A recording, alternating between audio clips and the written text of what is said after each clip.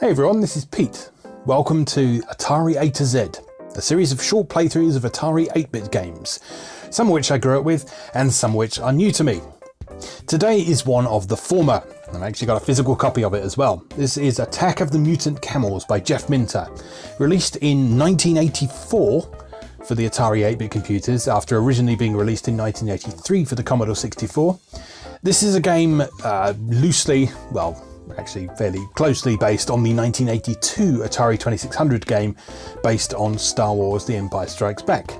Jeff Minter thought that the AT-AT walkers in that game bore a bit of a resemblance to camels, which are one of his favourite animals. And so he decided to make his own take on the game, with a bit of that distinctive Llamasoft polish. Let's take a look. Okay, so here we are. Yak the Hairy presents Llamasoft's classic blast, Attack of the Mutant Camels.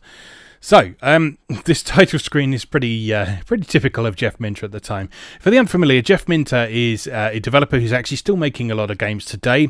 He's probably best known for his various versions of Tempest that he's created over the years. But in the sort of early to mid-80s in particular, he was very active on the 8 and 16-bit computers of the era. He's European, lives in Wales, I believe. And so a lot of the stuff in here has very sort of British humour about it. There's lots of references of cups of tea and all that kind of thing. But also he was very heavily influenced by his love of sort of 1960s prog rock and psychedelia and that sort of thing. So a lot of his most well-known works have got very strong psychedelic tendencies, and that's where this sort of very strong use of colour comes from. That sort of scrolling colour effect there is something that you saw quite a lot on Atari systems.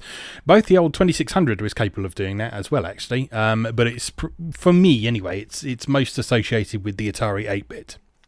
I originally knew it as colour flow because there was a type-in listing in Page 6 magazine, I believe it was, that basically showed this effect in action. And what it's doing is it's basically scrolling through all 128 colours that the Atari 8-bit is capable of displaying, which is very nice. Anyway, so in this game we have the option of playing with one or two players. It's alternating players in this one. We have a difficulty setting, beast blasting bullet potential. I forget exactly what that does. I think it's sort of how powerful your shots are. The difficulty level in this, if you've been watching my Atari A to Z flashback series, you might recall that recently we had a look at Black Widow, and I mentioned in that game that that game actually reminded me of Jeff Minter somewhat, and in fact the reason that Black Widow reminds me of Jeff Minter is almost entirely because of this title screen menu here. If you look, the default difficulty for Attack of the Mutant Camels is for sure, and it's exactly the same in Black Widow. So whether someone or other was taking influence from each other, I don't know. Anyway, doesn't really matter. Let's shoot some camels. So, I said at the start that this game was quite heavily influenced by the Empire Strikes Back game on the Atari 2600. And in fact, heavily influenced is a bit of an understatement. It's almost identical in terms of execution. So you have the camels are moving from left to right across the bottom of the screen. You have this tiny little ship, and you have to blow them up before they reach the far right of the level. And the camels will change colour as you shoot them to show how much damage they've taken. And that's pretty much it. Now, I was never very good at this, so hopefully I will be able to show you what happens when you destroy all of the camels, but at this point I'm not making any promises I might not be able to keep, so... So one of the challenging things about this game is it has quite a tricky control scheme, so it's kind of vaguely reminiscent of Defender in some ways, in that you can move in both directions. Oh, we're dead.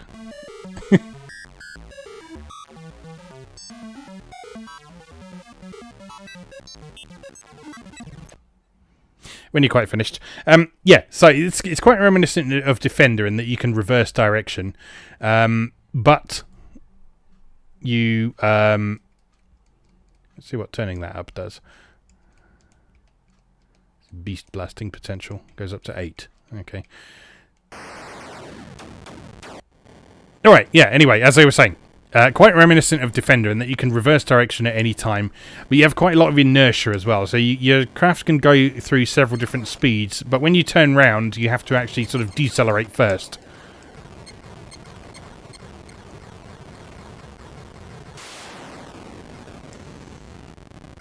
There we go. I think we've made things a bit easier for ourselves now, which is good. So let's blast some camels. That is one thing I did always quite like about a lot of Jeff Minter's games, in that he designed a lot of them with accessibility and fun in mind, but also left plenty of challenge in there for experienced gamers. So this game you can make incredibly intense and difficult if you want to, or you can pop it down onto real cool level like we've done here, turn up the power of your bullets, and just have a bit of an ease yourself into the experience a bit more. Which is definitely what I need to do.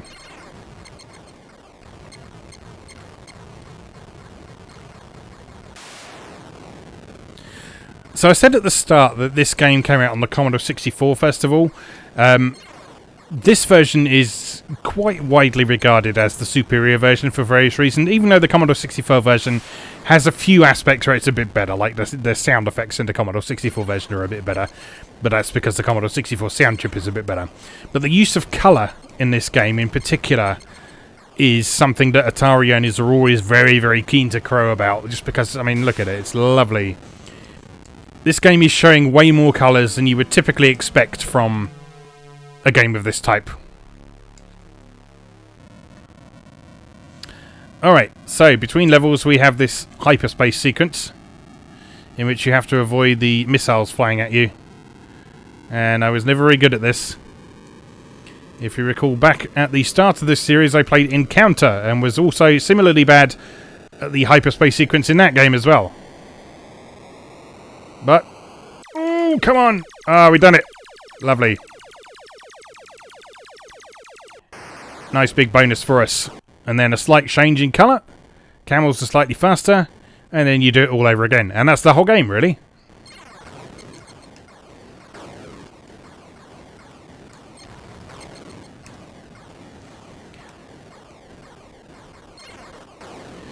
So, the Mutant Camels became a bit of a mascot for Jeff Minter in a lot of ways. So, he's best known for his love of llamas, hence the name Llamasoft. But the Mutant Camels actually got their own series of games.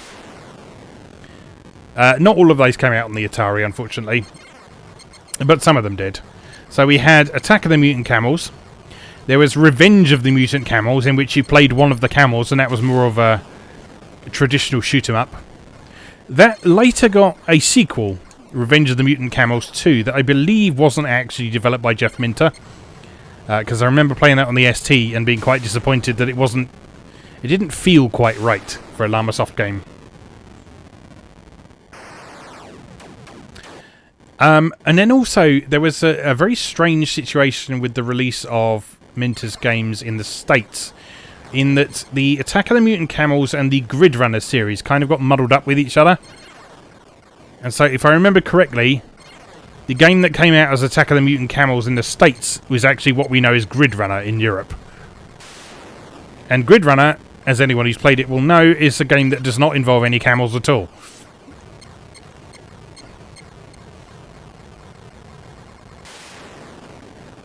One of those weird bits of gaming trivia there for you.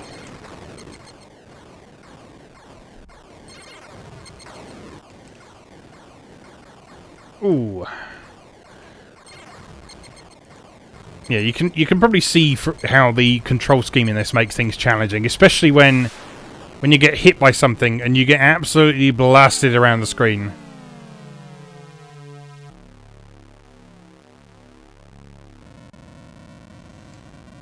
Alright, so hyperspace time again.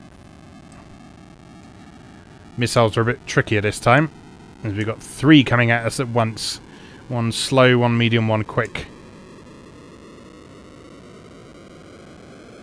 As long as you're paying a reasonable... Oh no! So if you fail the hyperspace sequence, you then have to do that same level again.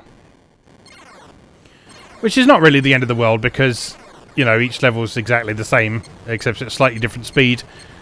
And it's another opportunity to earn a whole bunch of points. It just means you don't get to see what the next colour scheme is, which, you know, was actually quite an incentive to see the next level back in the day.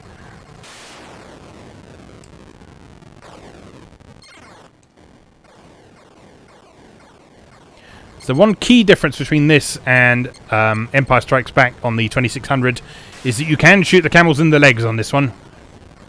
Because on the 2600 game you could not, you had to shoot them in the body. However, in the 2600 game you could also land your speeder and repair it, which you can't do in this.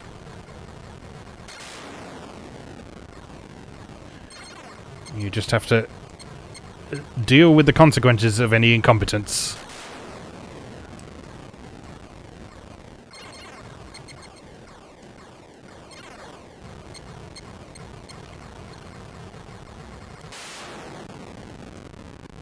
Alright, let's do better.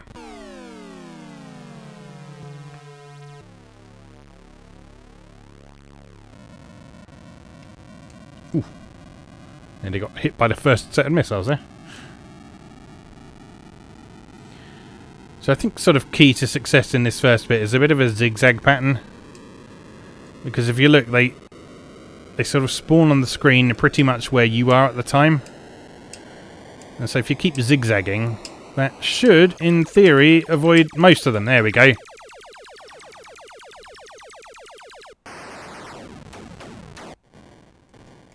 Alright, another new colour scheme. The background never changes, but the colours do. Ooh.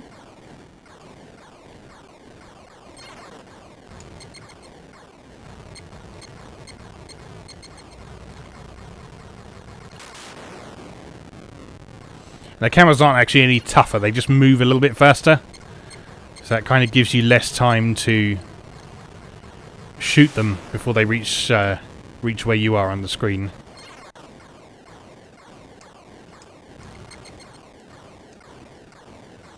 So yeah, it takes quite a delicate touch. Oh, dear me. It takes quite a delicate touch on those controls to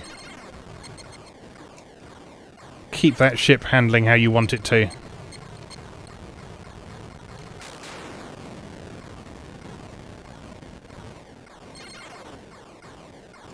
But we're doing okay. We're actually doing a lot better than I could ever do back as a kid.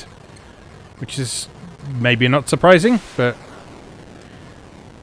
this is quite a tricky game. And it's simple, but it's fun. And so this is one of Jeff Minter's most well-known games, I think, but I personally don't think it's one of his best, even from the time period it was originally released, but it's... I mean, it's not hard to see why it was popular. Because if nothing else, it's a hell of a graphical showcase for what the Atari is capable of. And at the time, everyone with one of the various rival computer platforms was very keen to take every victory they could possibly get. So we Atari owners always wanted to get one up over on the Commodore 64 and Spectrum owners. Particularly because they tended to get a lot more games than we did.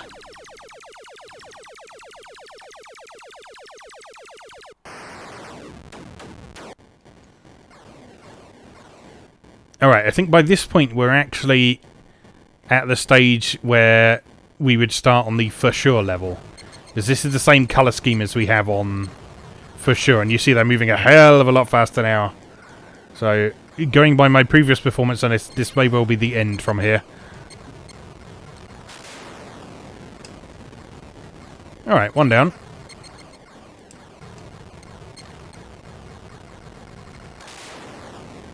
Two down. Oh, dead.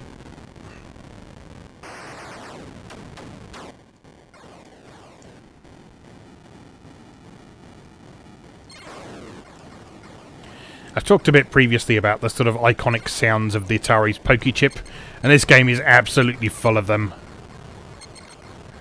Like the explosion sounds, the sounds of the camels stomping, That laser gun sound. These are all sounds that I could immediately hear without seeing the context of them and know that, yes, this was an Atari 8-bit game. And in fact, I'd probably know it was Attack of the Mutant Camels for that matter.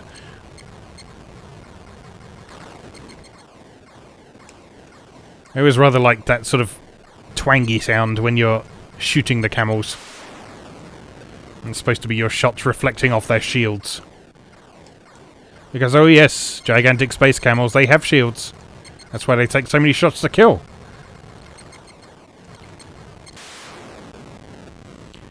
Ooh, we're doing surprisingly well.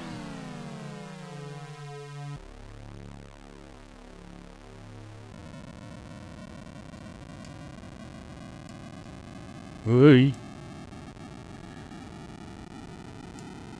So you might notice a few little more subtle mechanics in this. So up in the upper center of the screen, it shows the value of destroying your current camel. And that starts at 100 points. And then I think it doubles with every camel that you destroy without losing a life. So there we are. It's down to 100 for the start of this level. So if we destroy this first camel here without getting destroyed ourselves, the next camel will be worth 200. Then the one after that will be worth 400 and so on. And so getting high scores in this game is dependent on basically building up a combo. It's a very early example of a combo system.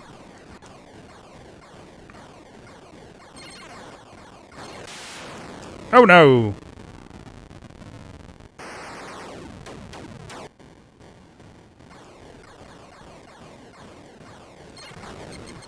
Oh god, I've completely lost it. I've lost my rhythm!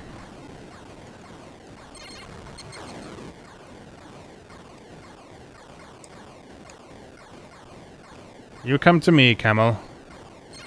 You come to me.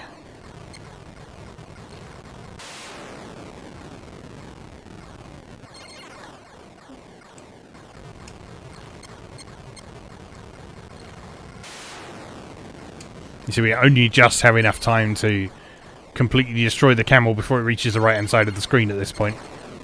Oh no! And you see our combo score is now up to 400 points.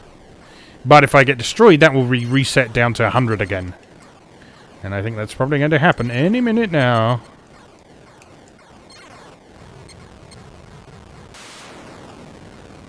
Oh no, there we go, up to 800.